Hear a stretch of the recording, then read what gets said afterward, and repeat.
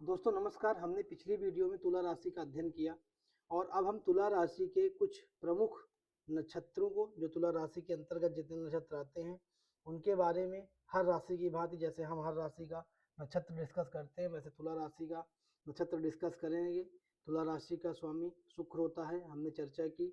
जो इसका कोट होता है आई बैलेंस होता है, फिर से आपको रिपीट करवा दूं। और जो इसमें शनि उच्च का होता है, ये भी मैंने आपको बताया क्यों होता है। और सूर्य यहाँ पे नीच के होते हैं, क्यों होते हैं। तो जो यहाँ पे उच्चतम बिंदु है, परम उच्च का 20 डिग्री पर शनि परम उच्च के होते हैं, इसको भी नोट डाउन कर लीजिएगा। और जब हम आगे बढ़ते हैं तो ये देखेंगे कि जो मेडिकल एस्ट्रोलॉजी है, मेडिकल एस्ट्रोलॉजी में तुला राशि के लिए कुछ अंग निर्धारित किए गए हैं, जैसे आपके जो गुर्दे हैं, गुर्दे, मूत्र प्रणाली आपकी जो है, और मूत्राशय,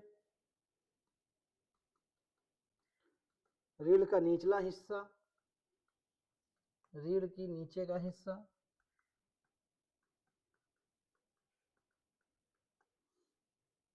और आपका गर्भाशय या यूटेरस, ये प्रमुख अंग हैं। तो इनसे संबंधित रोग भी आपकी तुला राशि में आएंगे। कौन कौन से रोग आते हैं उनको आप देख लीजिए ससरी निगाह में। गुर्दे की जो पथरी होती है, गुर्दे की पथरी, ठीक है।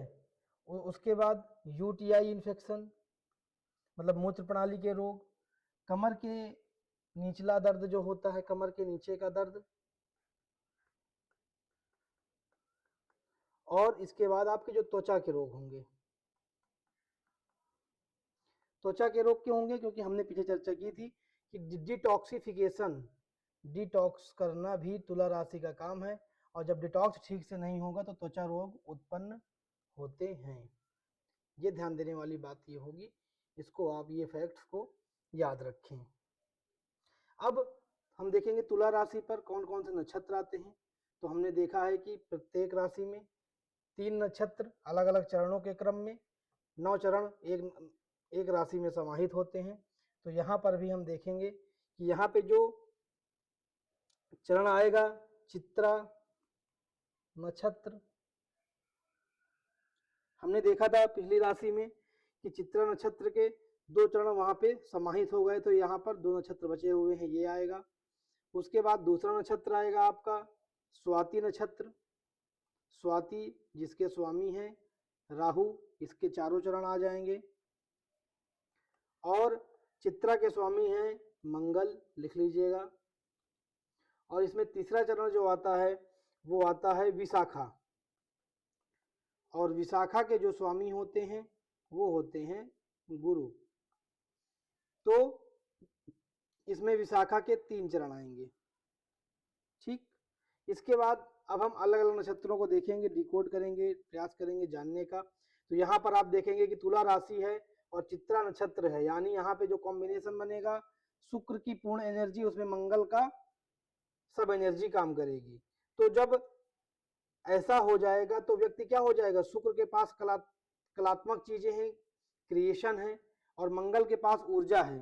तो ऐसा व्यक्ति क्या हो जाएगा, ऐसा व्यक्ति डिजाइनर टाइप का होगा, डिजाइनर टाइप का व्यक्ति होगा, क्योंकि इसके पास मंगल की तकनीकी ऊर्जा है और शुक्र का सौंदर्य बोध है। तो डिजाइनिंग वगैरह बहुत अच्छी करने में माहिर होगा। ये बेहतरीन आर्किटेक्ट होगा, बेहतरीन आर्किटेक्ट होगा, जो घर वगैरह का नक्शा बनाते हैं। ये फैशन डिजाइनर भी होंगे, फैशन डिजाइनर, ठीक है। और इसमें क्या होगा, क्योंकि सर्जन, मंगल और शुक्र मिलकर सर्जन भी बनाते हैं, ये भी आप लिख लीजिएगा कि ऐसा व्यक्ति सर्जन भी हो सकते हैं। क्या है कि ऐसे लोगों को क्या होगा, रिश्तों को स्ट्रक्चर करना बहुत अच्छे से आएगा, रिश्तों को स्ट्रक्चर्ड वे में चलाना, स्ट्रक्चर वे में चलाना बहुत अच्छे से आता है। क्यों? क्योंकि शुक्र में वो सारी चीजें हैं, कूटनीति है और सौंदर्य बोध है, और मंगल की ऊर्जा है, जो ऊर्जा स्ट्रक्चर्ड कर देगी इन चीजों को, शुक्र की चीजों को।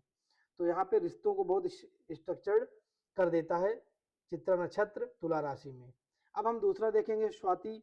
नक्षत्र जो के स्वामी है राहु, तो यहाँ पे जो कॉम्बिनेशन बनेगा राहु के साथ में शुक्र, शुक्र की पूरी एनर्जी होगी, साथ में वहां पे नब्ज के रूप में सब एनर्जी काम करेगी राहु की। तो यहाँ पे क्या होगा, यह एक प्रकार से तुला का शुद्धतम रूप हो जाएगा। तुला राशि का जो प्योर, तुला राशि का प्योर वर्जन जो होगा, प्योर वर्जन जो होगा वो यहीं पे देखने को मिलेगा, क्योंकि राहु की डिप्लोमेटिक, राहु की डिप्लोमेसी है, राहु बहुत बड़ा कूटनीतिज्ञ है, राहु बहुत बड़ा छलिया भी कहा जाता है, और शुक्र के पास कूटनीति है। तो इन सबको जो मिला देंगे तो जो बैलेंस बनाने की कला होगी इस व्यक्ति से अच्छी किसी में नहीं हो जाएगी। क्यों? क्योंकि इस जो नक्षत्र का एक प्रतीक चिन्ह होता है, तो इस नक्षत्र का प्रतीक चिन्ह जब आप देखोगे तो एक है पौधे की कोमल डाल, कोमल कोपल या डाल कह लीजिए, ठीक है, यानी परिस्थिति के साथ मुड़ जाने वाली, जो हवा में डोल रही है। तो अब क्या होगा, हवा में डोलने का मतलब ये हो जाएगा कि अत्यंत स्वतंत्र विचार, अत्यंत स्वतंत्र विचार होंगे ऐसे व्यक्ति के पास। उसके बाद क्या होगा, क्योंकि शुक्र और सातवें भाव, सातवीं राशि व्यापार की तुला राशि, और उसमें राहु का जो है तड़का लग गया, तो क्या होगा, अत्यंत व्यापारिक बुद्धि हो जाएगी, अत्यंत व्यापारिक बुद्धि हो जाएगी, ठीक, अत्यंत व्यापारिक बुद्धि हो जाएगी, क्योंकि राहुल के पास पूरी टेक्नोलॉजी है, पूरी नेटवर्किंग है, और शुक्र का उस पर तड़का है, तो क्या हो जाएगा, जो है कमाल का नेटवर्कर हो जाएगा। नेटवर्किंग बहुत जो है तगड़ी हो जाएगी इस व्यक्ति की, नेटवर्किंग बहुत अच्छी रहेगी, व्यवहार लोगों से बहुत अच्छा रहेगा। और इसके अंदर लेकिन एक राहु है, तो राहु छाया ग्रह है, तो छाया ग्रह की वजह से एक हो जाएगी अनजाने में कोई ना कोई, मतलब अनजाने में, इसको मतलब अनचाही कह लीजिए, अनचाही बेचैनी या कोई डर मन में ऐसे फर्जी का बना रहता है ऐसे लोगों में जो स्वाति नक्षत्र के होते हैं तुला राशि में, ठीक। तो ये विशेष हमने देखा। स्वाति पे हम देखते हैं विशाखा नक्षत्र जो गुरु का है, और इसके 3 चरण आते हैं, और इस पे जो है शुक्र की पूरी एनर्जी, क्योंकि राशि है, साथ में गुरु का गुणधर्म यहाँ पे जुड़ जाएगा।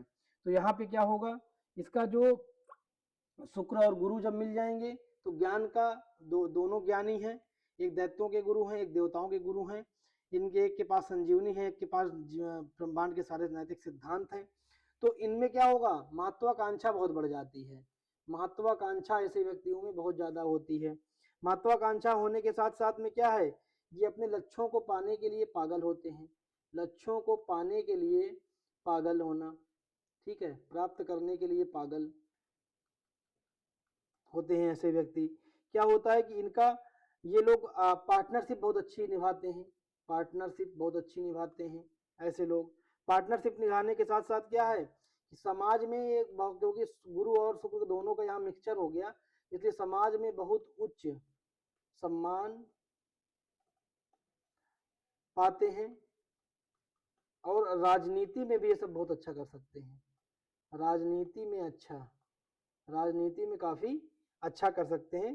तो ये चीज तीनों हमने देखा कि एक राशि के लिए अगर नक्षत्र बदल जाते हैं तो किस प्रकार से व्यक्ति का स्वभाव और गुणधर्म बदल जाता है। तो ये जो है आप नोट डाउन कर लीजिएगा। अच्छा, जो तुला राशि के लिए कर्मा वेरिफिकेशन है, कर्मा वेरिफिकेशन हम सभी चीजों को देखते हैं। तो हमने पिछली वीडियो में बात की कि तुला राशि में एक चीज पाई जाती है कि ये बहुत सारी चीजें जो समझौते होते हैं, क्योंकि समझौते की राशि भी है तुला राशि, तो ये दूसरों को खुश करने के चक्कर में अपनी बहुत सारी चीजें अपने साथ समझौता करते हैं। तो अपने साथ समझौता करते हैं क्यों, दूसरों को खुश रखने के लिए, अपने साथ समझौता क्यों, दिखावा एक प्रकार से करने के लिए। तो जो इनका कर्माफिकेशन क्या है कि दूसरों को दिखाने के लिए कुछ नहीं करना, कर्मा प्यूरिफिकेशन इनका है कि दूसरों को दिखाने के लिए फालतू का कोई प्रयास ना करें, या दूसरों के सामने अच्छा बनने के लिए, या दूसरों के सामने दूसरों को खुश करने के लिए कोई ऐसा कार्य ना करें। यही इनका क्या है, इस राशि के लोगों का कर्मा प्यूरिफिकेशन है। तो ये चीजें नोट डाउन कर लीजिएगा। अब हम आगे बढ़ेंगे तो देखेंगे कि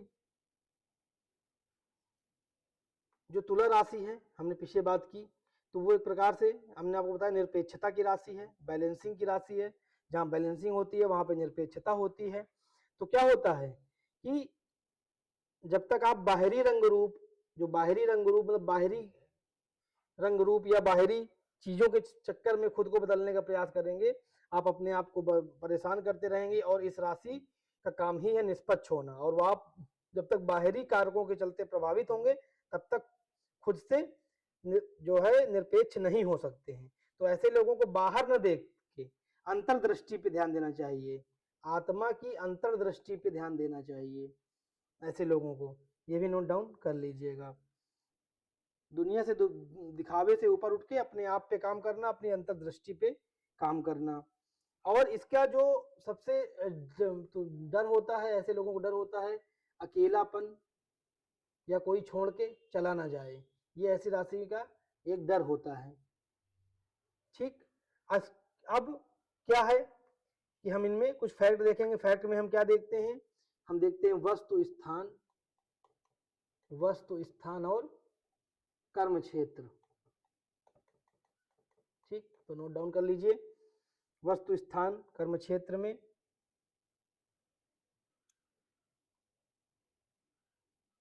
लिख लीजिए। ऐसे लोग क्या करते हैं, कूटनीतिज्ञ होते हैं, बाजार की नीतियां लागू करने वाले होते हैं, वस्तुओं में तराजू आ जाएगी, नाप तौल के सामान आ जाएंगे, नाप तौल के सामान, बही खाते,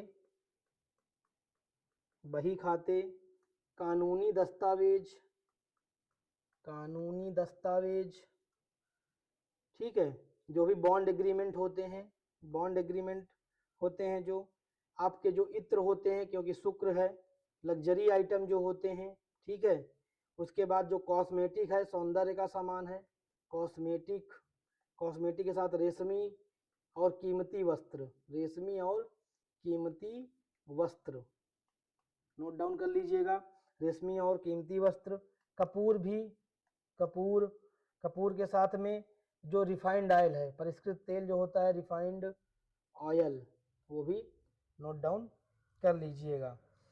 स्थान कौन कौन से होंगे, जो हमने बताया कि बाजार में तराजू लेके व्यक्ति खड़ा हुआ है, तो जो खुली बाजार है, बाजार लिख लीजिएगा, मुख्य बाजार जो मेन मार्केट होती हैं, बाजार के साथ में शेयर बाजार, शेयर बाजार के साथ में आपका अदालत, अदालत के साथ में आपके शॉपिंग मॉल, शॉपिंग मॉल, और शॉपिंग मॉल के साथ साथ आपकी कला दीर्घाएं यानी आर्ट गैलरी, ठीक है, कला वाले स्थान जो होते हैं आर्ट गैलरी जिन्हें बोलते हैं। उसके बाद ब्यूटी पार्लर, जहाँ पे सजा जाता है, ब्यूटी पार्लर, ठीक है, ब्यूटी